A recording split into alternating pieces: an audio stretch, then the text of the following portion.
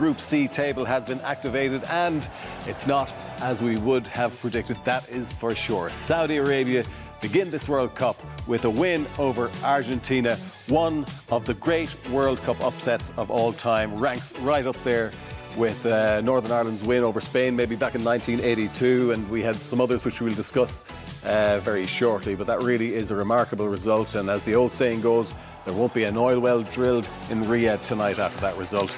There'll be some celebrations, but Kenny, none of us expected that. No, we didn't. We gave them a bit of credit at half-time in terms of their attitude, kind of tenacity. We spoke about high energy levels, but I don't think any of us thought they could turn that game around. But this is what's amazing about the game of football. They got the equalising goal second half, and that belief just surged through the veins of those Saudi players. It was a magnificent overall team performance. Some outstanding individual performances. Two centre-halves, Altan Bakhtiatar and Al-Buhayi, absolutely phenomenal. Kano in centre midfield, Alan mentioned a few times, phenomenal performance. But it was a real kind of collective effort, hugely impressive. And is it fair to say, Kevin, that it was a deserved 2-1 victory? It was, second half especially. Listen, first half they rode their luck with a real high line. They dropped it in the second half and talked about could they have quality. We thought they'd be in the game and that, you know, they had something to fight for, only 1-0, but did they have the quality up front? And two really, really good goals. But the energy, the effort that went into it, Argentina deserved to lose. Look, they looked lost in the final 10. They got enough time from the referee, 14 minutes injury time, but they didn't create any really of any significance. They looked lost. Messi went out of it totally in the last 10-15 minutes, and delighted to see them win it. Kenny, an awful lot of credit must go to the Saudi Arabia manager Hervé Renard, because tactically he seemed to get it spot on, and then the players carried out the instruction that he'd obviously given him to a T, really. Yeah, we had a discussion at half-time about the high defensive. I've no problem with the high defensive line. I just felt at times they're a little bit too static. They weren't recovering quickly enough to the edge of their penalty box. But I thought they resolved that in the second half. They kept the high line. They were brave. And you need that. If you need to go after Argentina, keep the game kind of compact and go and disrupt. And that's what you have to do. You have to push up the pitch and you have to push your back line 5-10 yards from the halfway line. They continue to do that.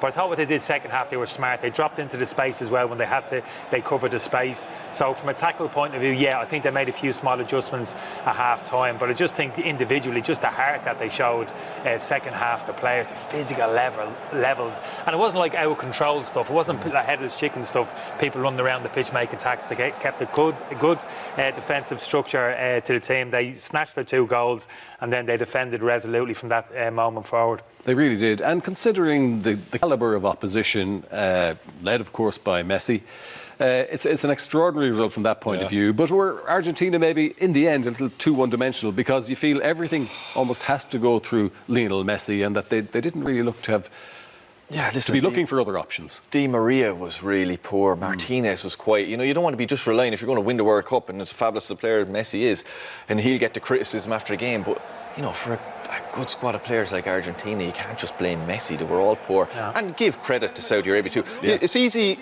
not easy, but you're a team like Saudi Arabia because they put everyone behind the ball and hope for the best. They didn't. They got up the pitch. Times we were saying, look, they 5 or 6 in the box. They got forward. It wasn't just a fluke that they scored a goal. When they were forward, they put people in the box and it dropped to the right person a couple of times, with 2 really good finishes. But you couldn't just point a finger at Messi. He wasn't at his best this evening. But we spoke before the game that now he has a support cast. They're not as wholly dependent on Messi. But we didn't see that this evening. You mentioned not good enough, Di Maria. Gomez on the other side of the pitch. The 2 central midfielders, Paredes and Rodrigo, we thought real solid defensive base there. You can trust them, no mistakes. Too loose. They were too loose. They lost the physical battle as well. Tackles-wise, like Saudis were the one winning the tackles, getting in hard chances. Got plenty of bookings, but that's what you needed to do to win the ball and break them up. And you're very welcome back. Well, we thought we'd be sitting here post-match reflecting on another Messi masterclass as Argentina bounced into this World Cup with a victory over Saudi Arabia, but it's anything but the case, and it does go down as one of the great World Cup shocks. Nobody was expecting it. And I'm just thinking, Kevin, much was made of the fact that neither Brazil or Argentina have faced European opposition in the last couple of years because of the restrictions on travel and COVID lockdowns and everything like that. And that maybe a lot of the results that they achieved in South American sides were maybe flat them a little bit to deceive. And based on that performance, maybe there's an argument to there. Yeah, haven't faced mid-opposition until today. Listen, they're going to be flat now anyway. They're going to have to pick themselves up quickly. They play Mexico, and they're playing them. They know each other inside out and play each other many times. But can they get themselves going again? They'll be under an awful lot of pressure now in Argentina. It's goodwill behind them. Down last years, they were getting a lot of stick there for not winning time. They turned that around, and now after one game, nearly feels like they've undone work, but they have a chance. Who gets left the group for the game, get it away, and I'll win up to the Mexico game. Anthony, I'm trying to figure out how much of it is down to the fact that Saudi Arabia so well and so distant, and their approach to the game just didn't allow Argentina to get their stride in any perform. Whereas we could see a very different Argentina against Mexico and against Poland. You have to give Saudi Arabia a huge amount in terms of the tactical setup. We've spoken about that just individually. We spoke first half about their energy levels, athleticism. That was even obvious in the first half. And we said, I don't think there's going to be a drop-off from these in the second half. We were just going to question where the goals are going to come from, the quality high up the pitch. But Argentina have to deal with that. You know, every team in the World Cup is going to be reasonably well set up defensively, have good energy levels around the pitch, are going to show a good attitude. Just got to break these teams down. They got some world-class operators, Argentina. It just wasn't good enough. The performance wasn't good enough. I wouldn't question maybe attitude so much from the Argentinian players. That's a difficult thing to quantify from where we are looking at it. But at some point in the game there in the second half, they were really against the ropes. They had to respond, and they really struggled. Couldn't find any type of real cohesion to their attack and play. But, I mean, we're talking about Argentina as potential winners of this World Cup. Now, can they improve to the extent that they can... Now, you know, that they can play their way into the tournament and threaten in the latter stages? Yeah, my worry for them today, and they made 3 substitutions early, and you think, right, that'll fire them up. But it got worse as the game went on. Their passing became more astray. Messi went more out of the game. They didn't create anything of really clear cut. You expect them to, you know, get a real clear cut chance near the end. That didn't happen. You know, it's like Saudi Arabia put up a lot. They gave away a lot of frees because they disrupted Argentina's rhythm. So you give credit to Saudi Arabia for that.Maybe Mexico, but Mexico and Poland now be watching that and thinking, this is how we know them. This is how we get at them. We're going to learn from Saudi Arabia. Whether they're going to be as good at it as Saudi Arabia is another thing. You mentioned about starting slowly. Understand what you were saying to an extent, but you can't start as badly as that. That'd be a real worry. You can play within yourself 67% be in control of the game, just get over the finishing line. But that performance today was anything but. Yeah, it certainly was. And it was just about 3 minutes into the second half when Argentina were really rocked by this equaliser. And unfortunately, for Messi fans, it was him who was dispossessed in midfield in the lead-up to this goal. Yeah, give it away too often all game in these areas of the pitch. No immediate danger, kind of a little bit of a 3v2 situation. Even from this point, I never thought Al Sharif could score, Peter. I thought the angle was too acute. Romero was in good contact with him, so I felt Romero was in control of the situation. But I think from a technical point of view, I'm going to show a close-up now, Romero. For me, he has to slide with his left leg on the ground there, and he has to extend his right leg into the air. From a technical point of view, that's what you have to do. He doesn't. He lunges with his left leg first in the air. That opens the space up for him to put it through his legs. And I think Martinez was a little bit surprised. Wouldn't blame the goalkeeper. It was a wonderful finish. Yeah, and there wasn't much of a response from Argentina after that. If anything, it gave Saudi Arabia even greater belief. And then the second goal came. Yeah, they even got more energy from that. And the second goal, again, you know, you look at Argentina's faults. Tagliafico here doesn't need to go in. When he goes in, he has to win the header. If he doesn't win the header, Saudi are in down the side, and they still get everyone behind the ball. Argentina think there's no danger here. Bad clearance. Again, to get clear, okay, now's your chance. We got away with that. Another bad clearance, good touch from Saudi. But look at the numbers that Saudi Arabia get up in the box. You know, it's 1-1 here. You think they're not going to be putting that many people in. Fabulous finish. Al-Dosari, their top scorer in qualifying, one of their main men, their top scorer in the international squad. And you're wondering, as Kenny was saying, half-time, who's got this technical quality? I think who was coming out there, it was... Paredes, you know, it's a terrible block from him. He comes out and he's lying down. He should be standing up and coming out and closing him down instead of going in for a tackle, try to block the shot. Fabulous finish though. It's gone into the top corner. I think Alan in commentary questioned Martinez in goal that he went with wrong hand. I think he has to go with that hand to try reach it, and there's just too much power in the ball. And that 2 bits of quality, that's all. I can't remember another Saudi Arabia chance, but the 2 half chances, they weren't even chances, half chances. When Al-Dosari had that touch when he came out of the air in the box, he had his touch, it took him away from goal, he had his back to the Argentinian goal.